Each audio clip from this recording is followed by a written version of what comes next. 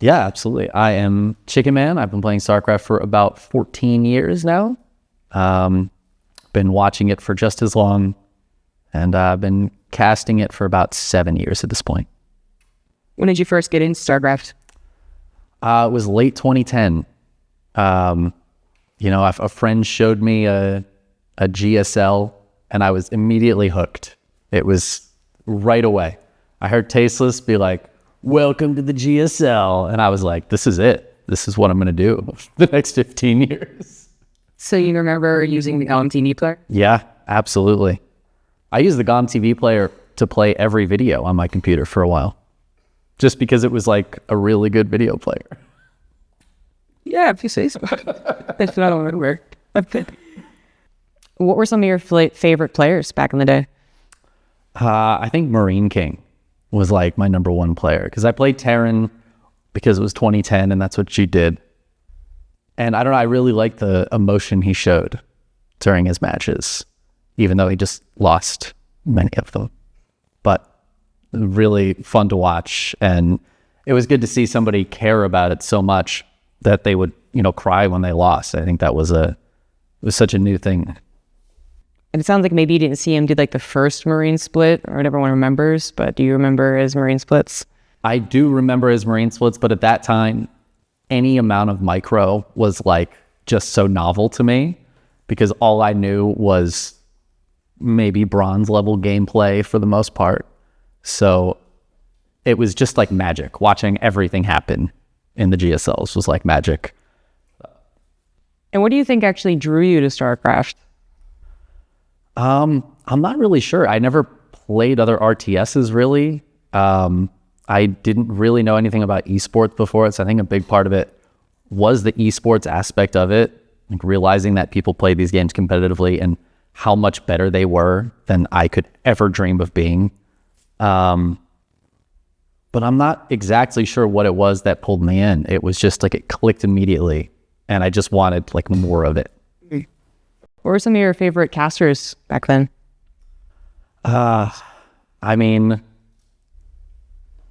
the Tastosis and the GSL was what I watched for sure the most of. And the old MLGs with like Day9 and DJ Wheat for sure would have been the big ones. In Control. Yeah, pretty much anybody, honestly. I could find a way to enjoy anybody's casting. And what really appealed to you about Tasteless and Tastosis?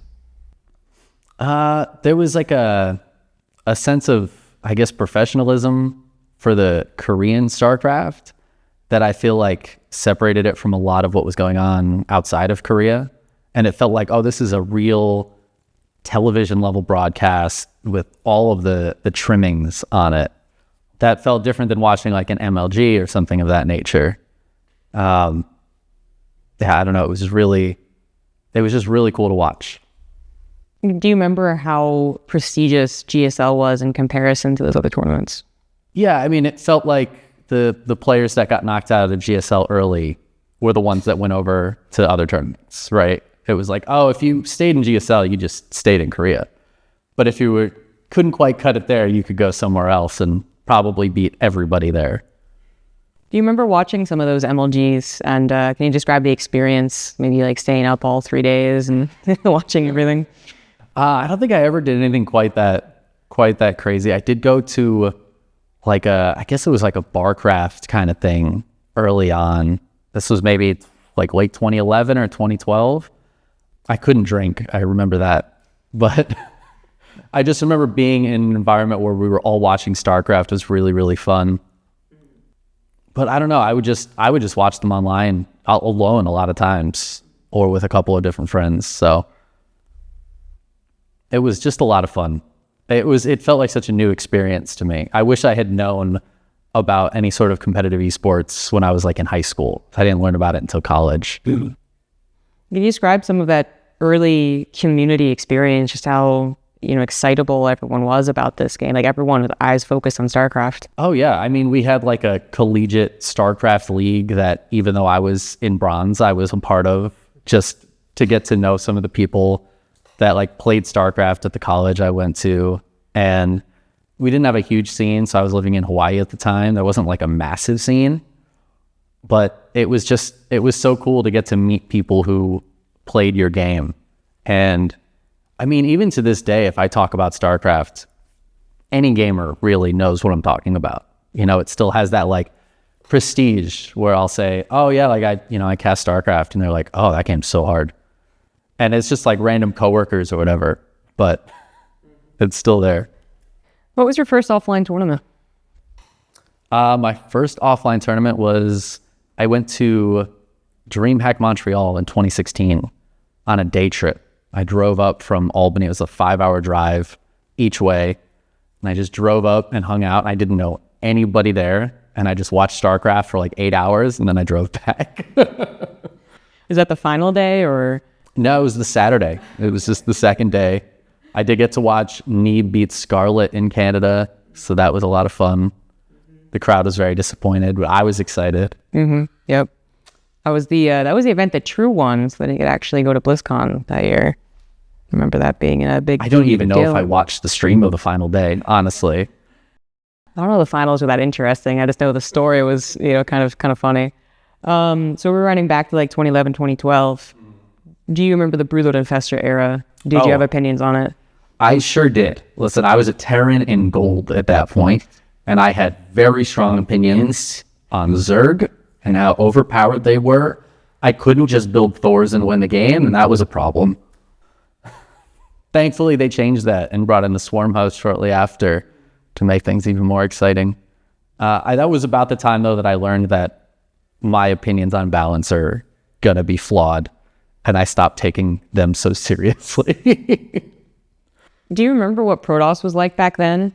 Like pre-Legacy of the Void? I remember a lot of 4 gates, and I really enjoyed Terran versus Protoss at that point. Just the interaction of the Colossi coming out, and then the Vikings had to come out, and the High Templar came out, and then the Ghost would come out, and it was this like really back and forth. If you could hit at the right timing, you'd do really well. But yeah, I do very much remember Protoss force fielding Zerg ramps and thinking that was overpowered. That's right. Yeah, before Ravagers. Yeah. How excited were you for Heart of the Swarm? What was your feelings around that time? I mean, honestly, when I saw the Locusts announced for the beta, I was immediately like killed my hype for it. I was like, the Broodlord is what's wrong with this game. And then it was like, here's like, what if the Broodlord was like different, but also, better? And I was like, this is maybe not good. And I feel vindicated in hindsight that maybe the Swarmhost wasn't good. Do you remember watching a lot of those Mech vs. Swarmhost games? Yes. And specifically, I remember watching a lot of Swarmhost versus Swarmhost games, which were something, an hour and 20 minutes into a game, and we're just like waiting to see if anybody's going to kill anything. Do you kind of remember the community sentiment at that time, besides everyone hating Swarmhosts? Not a lot. I didn't spend a lot of time with interacting with the community during Heart of the Swarm, I think. It wouldn't be until Legacy of the Void that I would be in like Twitch chats a lot and go check the StarCraft Reddit a lot. It was mainly on like Team Liquid that I would see any sort of community sentiment before Legacy of the Void. And I didn't interact with it a lot because forums are not a good place for me. Gotcha. Yeah, it scared me. They had the pods were rather ruthless, so I just never posted. All right, so Legacy of the Void was announced. What did you think about that? I was super excited.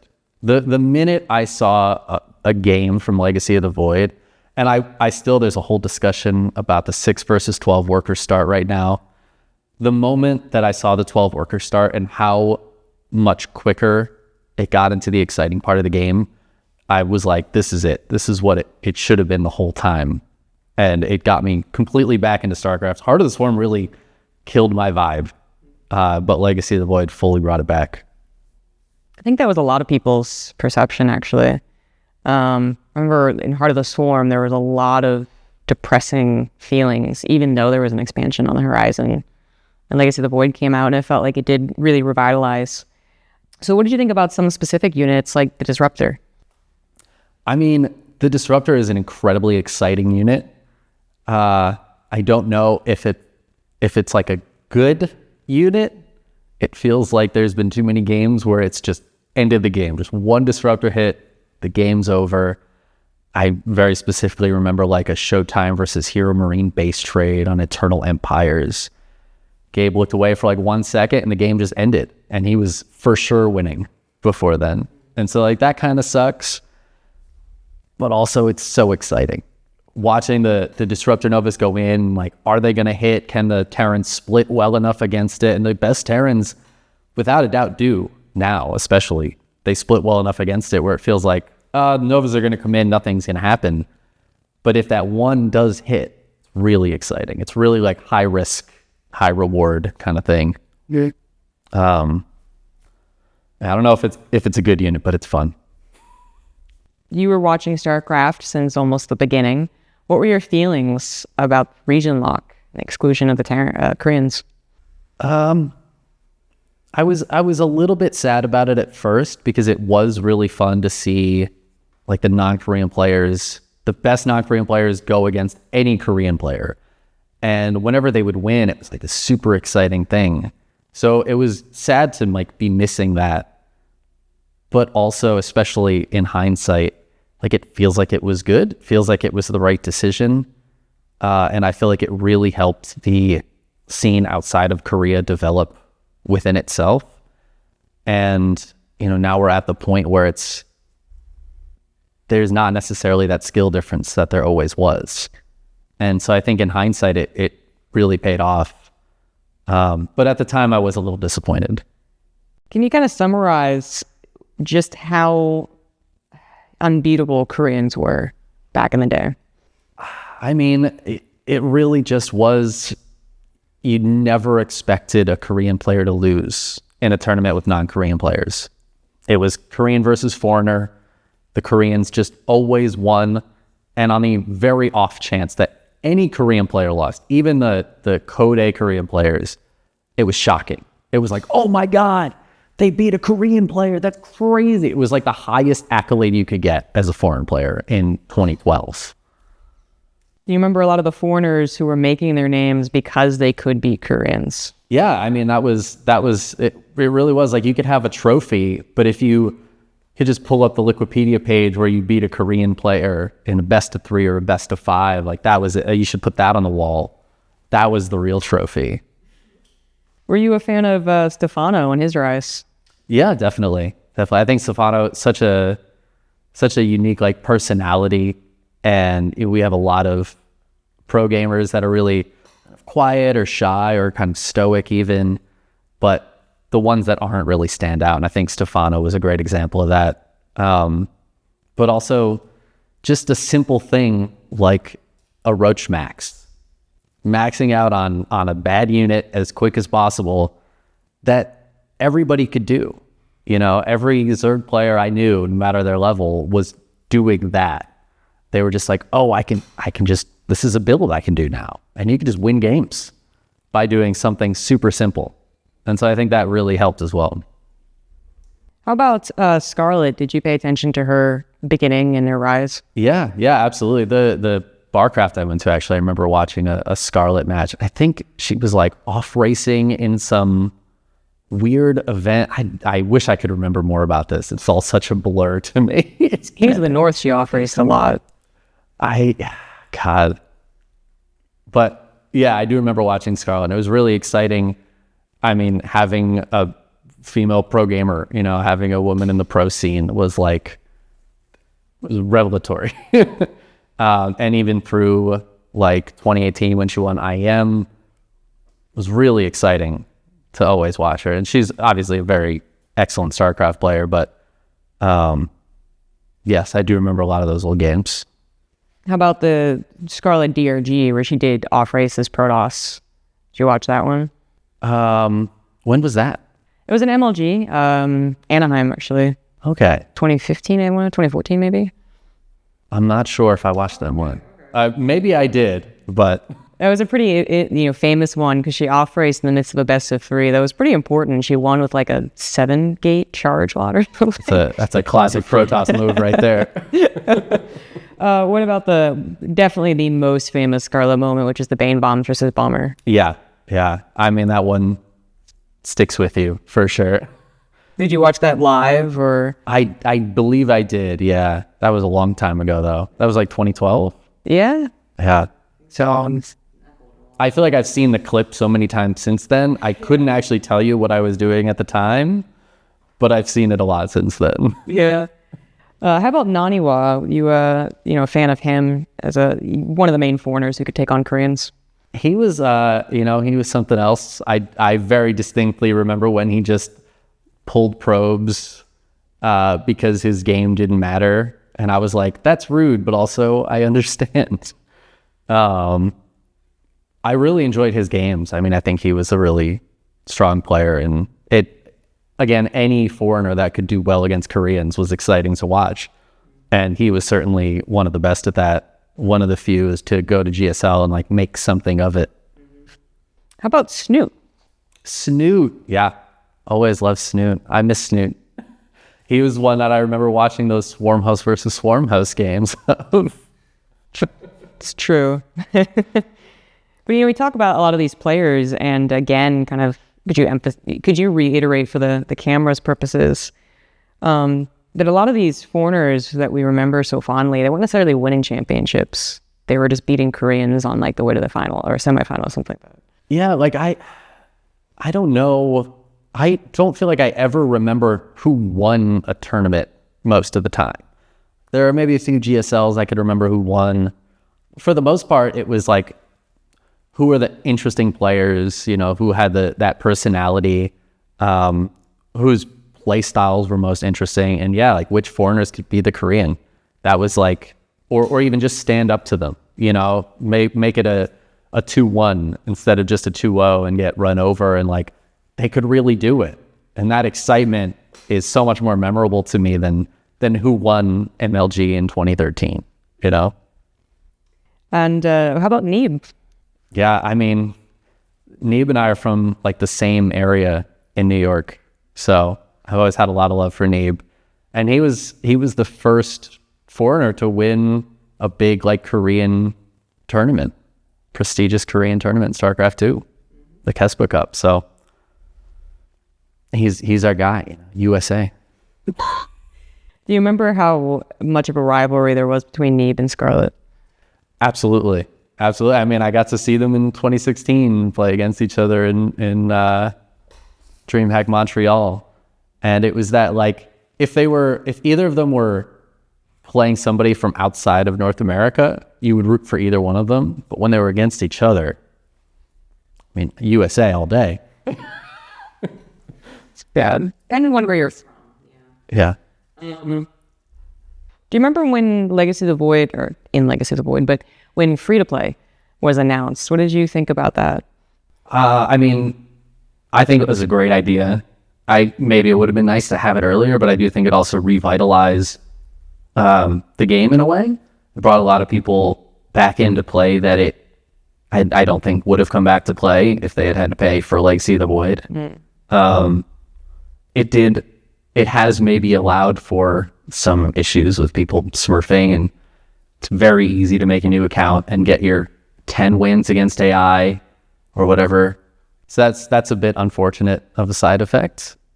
But it is really nice too, because I have friends who like,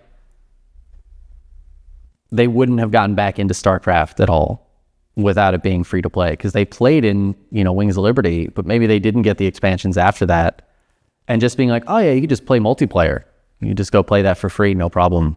That's what brings them back in. And I do think it's like the current model of most games, especially anything online. I think StarCraft really had to go that way. Speaking of current game models, do you remember the ye old argument of League of Legends versus StarCraft? Yes. I didn't really understand it because they feel so very different to me. But I do remember there being a big rivalry between the two back in the day. There's a lot of elitism. There certainly was. In some ways, there still is. That's true. How about, did you watch Serral win BlizzCon? I did watch Serral win BlizzCon. Yeah, that was, I mean, that's like the peak of Legacy of the Void, it feels like. It was Serral the whole year just dominating pretty much everybody except for Scarlett early on in the year. And it was the peak of that excitement of watching a foreigner be able to beat Koreans. That was the moment where it was like, oh, the field has equalized in a way. You know, Serral was just, he was unstoppable. And there was this like Serral versus Maru argument, and they played like one best of one the whole year. Somehow avoided each other. But it was just it was so exciting to get to watch him rise up. Were you a fan of Sue at all? Yes. Yeah, absolutely. I mean, Sue really endeared himself to me. There's a great clip from Nation Wars. I don't know if you're familiar with it. When he lost to Zhuge Liang. Great moment. But then, yeah, him winning and in IEM was, I cried, certainly. I think we all cried when he won Katowice. Can you talk about why that was such a important moment for him?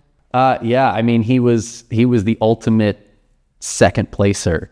It was like 5 GSLs or 6 maybe, and there was another couple of tournaments where he got second place, and it was like he needed that first place. But not only that, in Katowice, he was the one to take Serral out, and it felt like at that moment nobody could do that. So for Sue to come in and knock out, I wouldn't even say arguably, just the best player in the tournament, and then go on to win it was, I mean, it was just, it was so nice to see. And he was down, I think he was down 2-0 against Stats. And we all just kind of lost hope. At least I did. I was like, oh, man, Sue's going to get another second place. But he won, and you could tell he wanted it so bad. And that's the kind of story that I think makes any sort of competition great. Sports, esports, whatever it happens to be, is when somebody just wants it with their whole heart. Do you remember the 2019 BlizzCon finals? Yes. Yeah, I was actually at that BlizzCon. I remember it very clearly. Can you talk about that meta that was happening? The Zerg meta. Yes. Yeah. It felt a little silly. I remember actually even on the ladder at the time, I switched to Zerg and got about 500 MMR very quickly because the Nidus was a problem and there wasn't a great way to deal with it. And then going into the BlizzCon was like, will any of these players have a way to figure this out? And the answer was kind of no. And it wasn't super fun. I mean, watching Classic blink DTs up to Rogue's main base was very fun. But the rest of it was just a little unfortunate to watch. And that BlizzCon's also played all on one day. The round of 8 was all on one day. So it just felt super cramped. We were in that arena the entire day.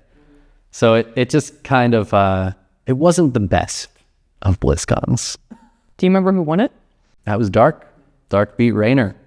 Reynor beat Serral. That was exciting.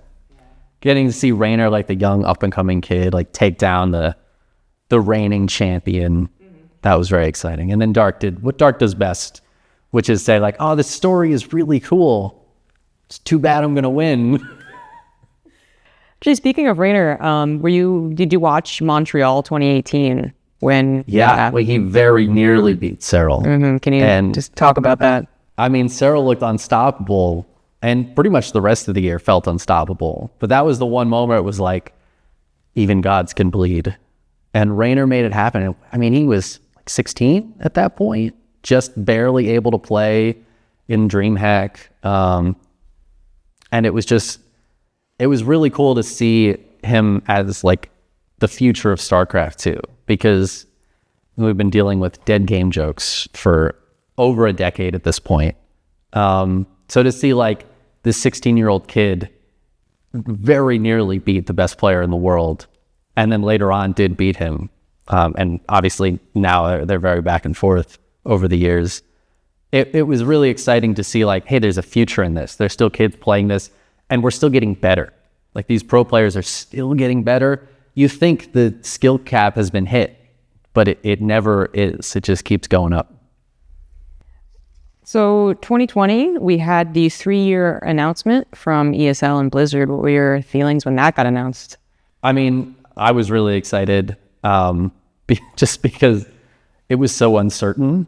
So hearing that there was 3 more years, like guaranteed, it was such a, I think, a weight off of the shoulders of the community, worried about like, what is the tournament settings going to look like in the future, in the coming years.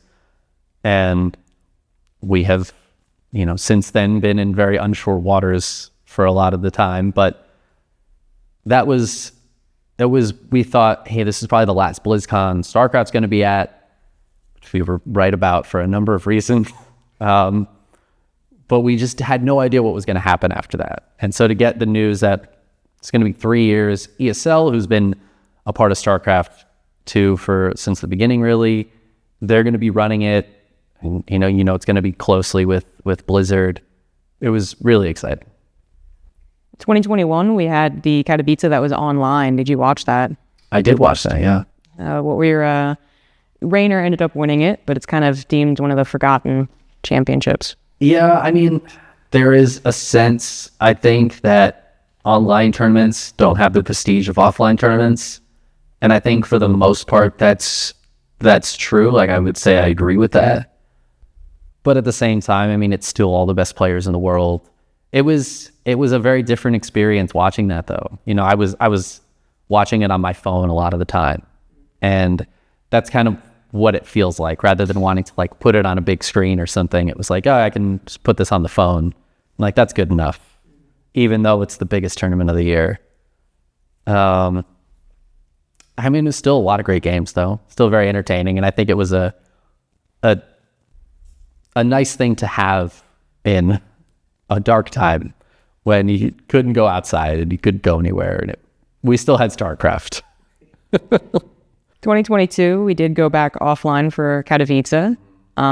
First, I'm going to ask you, though, it was also when Ukraine got invaded. So what was the feeling kind of watching that tournament during all of the events?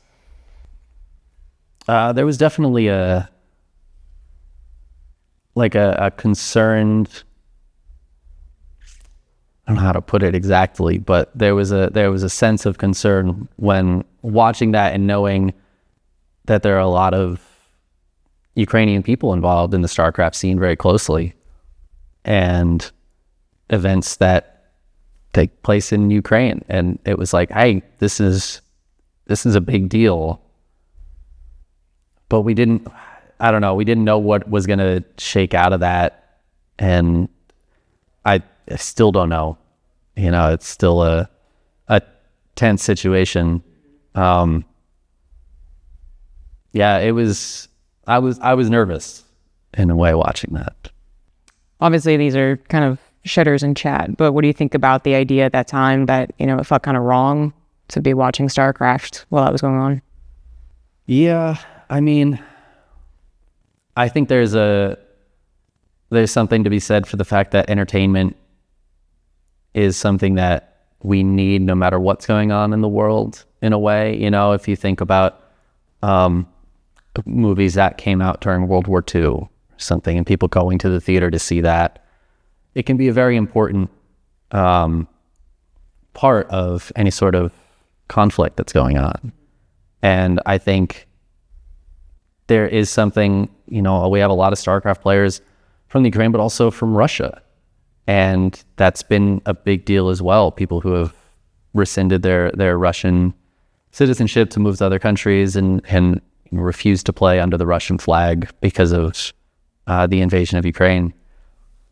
And I think it's really important to have not only the entertainment, but these real people from these places that can speak on it to an audience that I honestly might not hear it that much from other places, might be able to avoid it.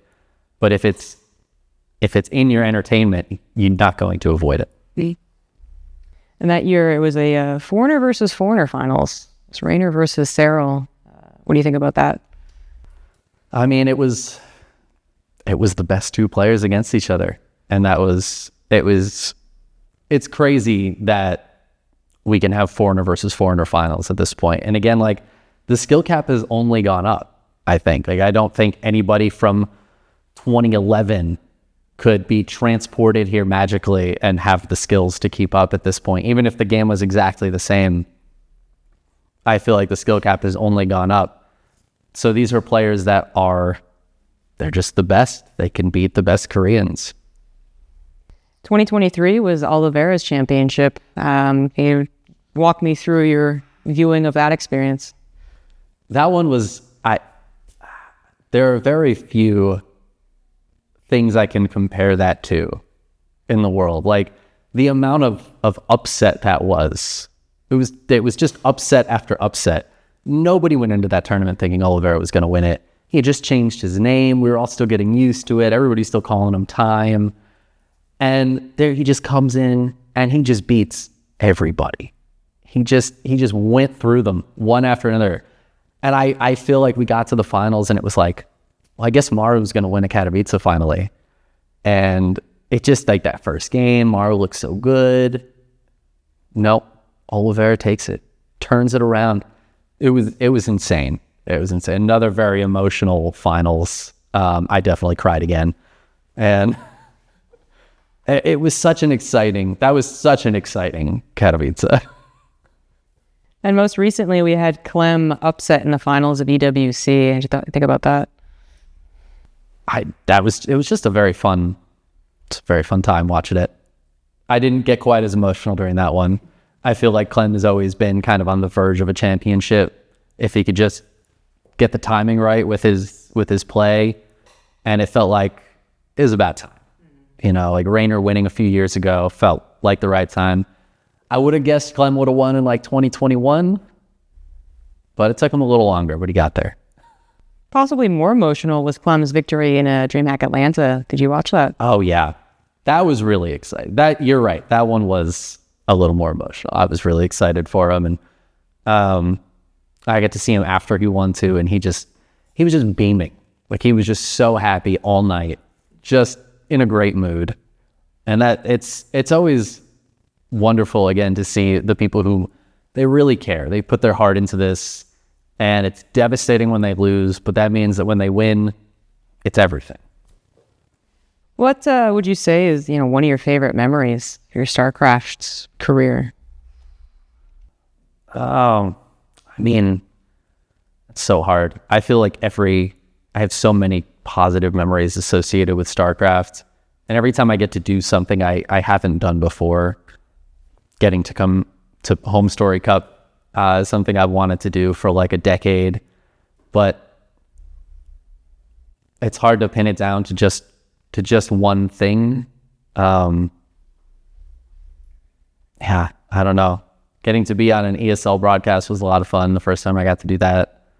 And the first live event where I knew people and people knew who I was really exciting, going to BlizzCon in 2019 and getting to meet all of the people for the first time. I got to meet you for the first time, and just like a lot of people in the community. That was really, really special. What would you say StarCraft's legacy is to esports? It feels like the OG. It feels like it was there at the beginning when the old Magic was written. And it's got this reputation as being the hardest game, the hardest esport. And I think there's a lot of truth to that. And obviously the people who play esports at the highest level of any game are going to be incredibly talented. But there's something special about that StarCraft is just 1v1 that I don't think there's any other game that really has that feeling. But yeah, StarCraft's history, it's inimitable. And finally, what does StarCraft mean to you? StarCraft has been a huge part of my life for about 14 years now. And I still don't know why that happened, but I knew immediately it was going to be watching a GSL, watching my first Day 9 daily, it was immediately clear that I just like fell in love with this game and the community. And even though there's been times where I've pulled back, maybe I haven't watched as much StarCraft or played as much StarCraft, I always come back to it. I cannot leave this game for more than about a month at a time. And yeah, I just love this game.